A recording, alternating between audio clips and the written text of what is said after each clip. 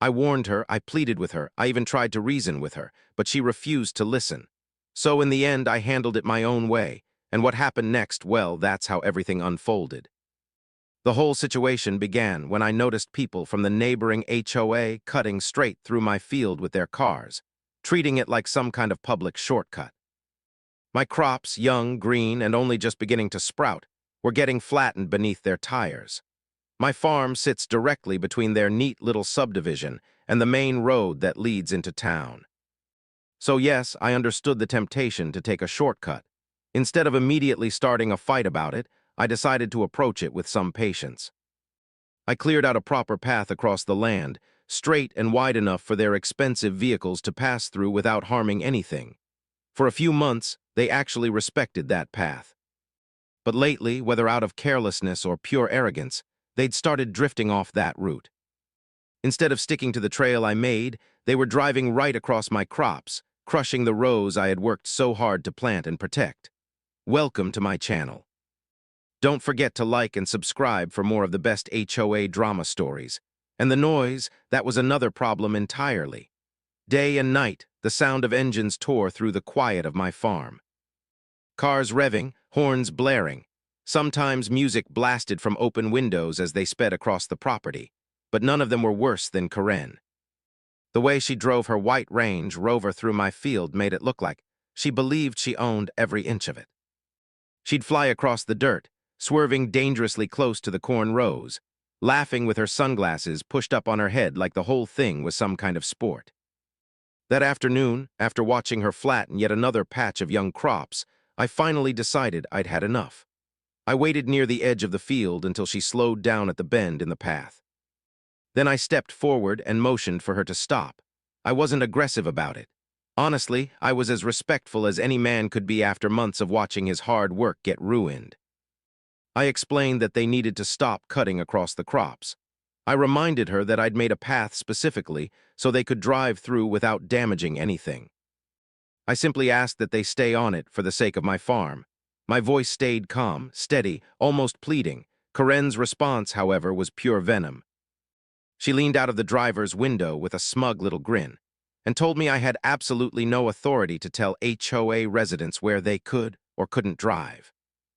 Her tone was dripping with superiority, like she was talking down to someone beneath her.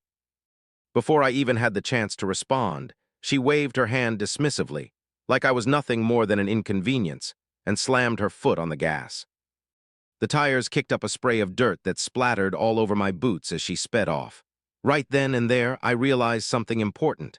Karen had zero respect for me, zero respect for my land, and absolutely no respect for the patience I'd been showing. Before we continue, let us know in the comments what country or city you're watching this story from. We'd love to see just how far these stories travel. Karen didn't slow down after that conversation. In fact, the very next morning, she came roaring through the field again in that shiny white Range Rover, right on schedule. The engine growled loudly, almost like it was mocking me.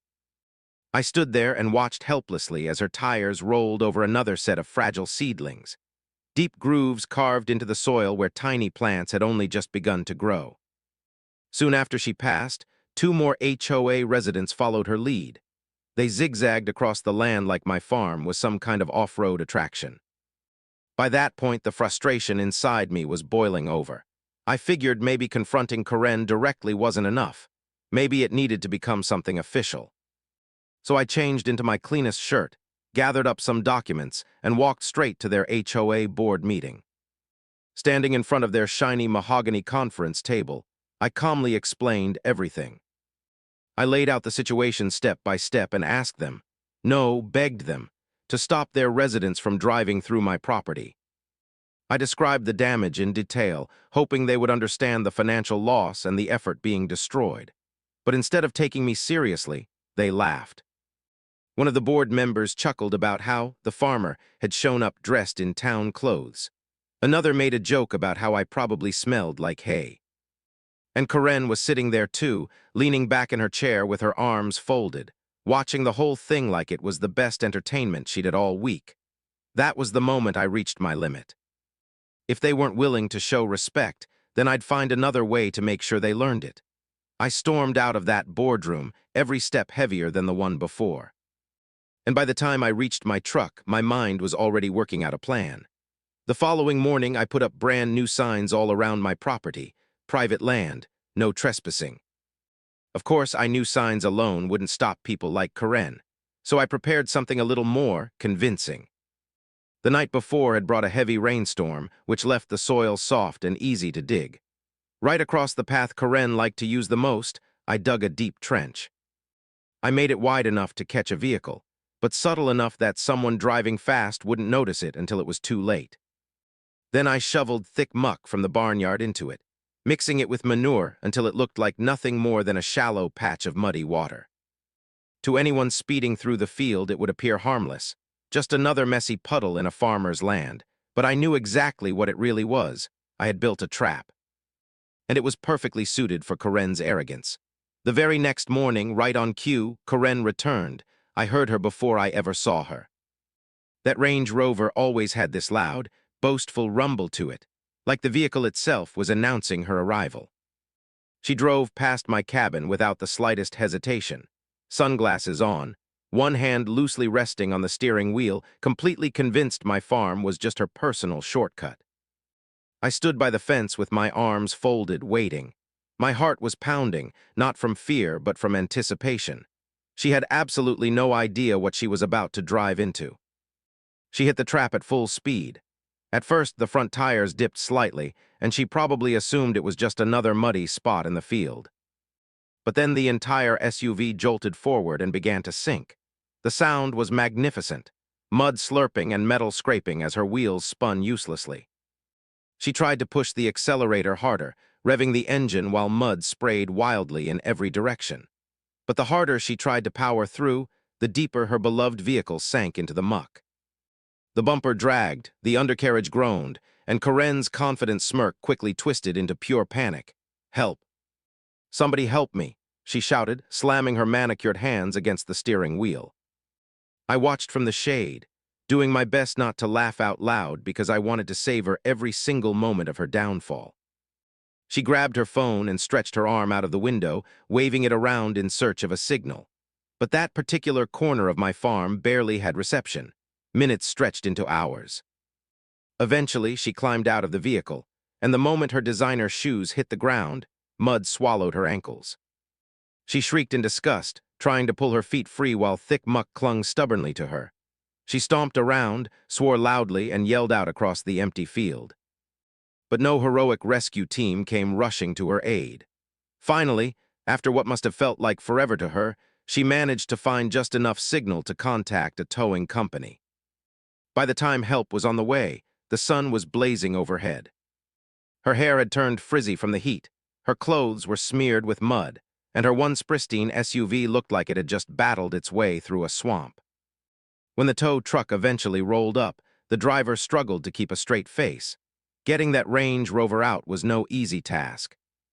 Every time the tow truck pulled, the SUV sank a little deeper before finally jerking forward. The strain scraped the bumper and left ugly scratches across the paint. By the time they finally hauled it free, that expensive luxury vehicle looked more like an old farm truck that had survived years of abuse. Karen's face was bright red, half embarrassment, half rage. I didn't say a word.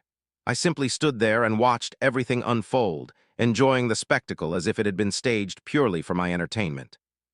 After that fiasco, I didn't have to do anything else. Karen's humiliation did all the work for me. News of what happened spread around the neighborhood faster than wildfire.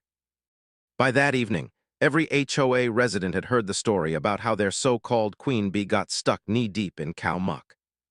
Screaming for help, while her expensive Range Rover had to be dragged out like a wreck from a demolition derby. People whispered about it, some laughed behind her back. A few even stopped by my property just to look at the massive pit where it had happened.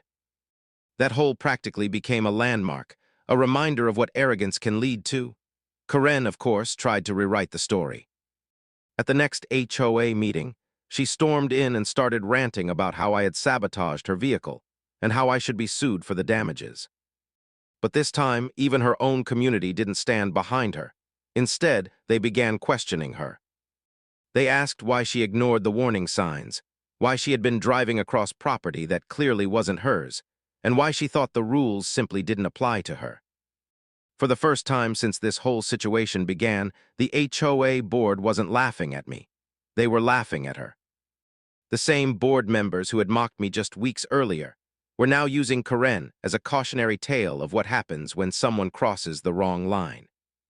And the damage to her car wasn't minor either. Rumors circulated that she spent thousands, yes, thousands, on repairs.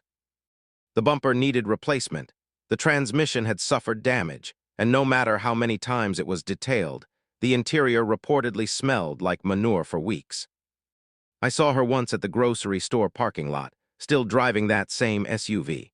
And I swear, there were still dried streaks of mud in places even the best car wash couldn't reach.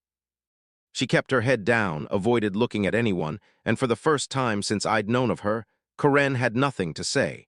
The rest of the HOA finally got the message. Not a single tire rolled over my crops again. My fields grew peacefully after that, rows of green stretching proudly beneath the sun, while Karen stayed tucked away in the shadow of her own embarrassment. And honestly, it was satisfying. It was justice, and it was a downfall created not by me but by her own arrogance.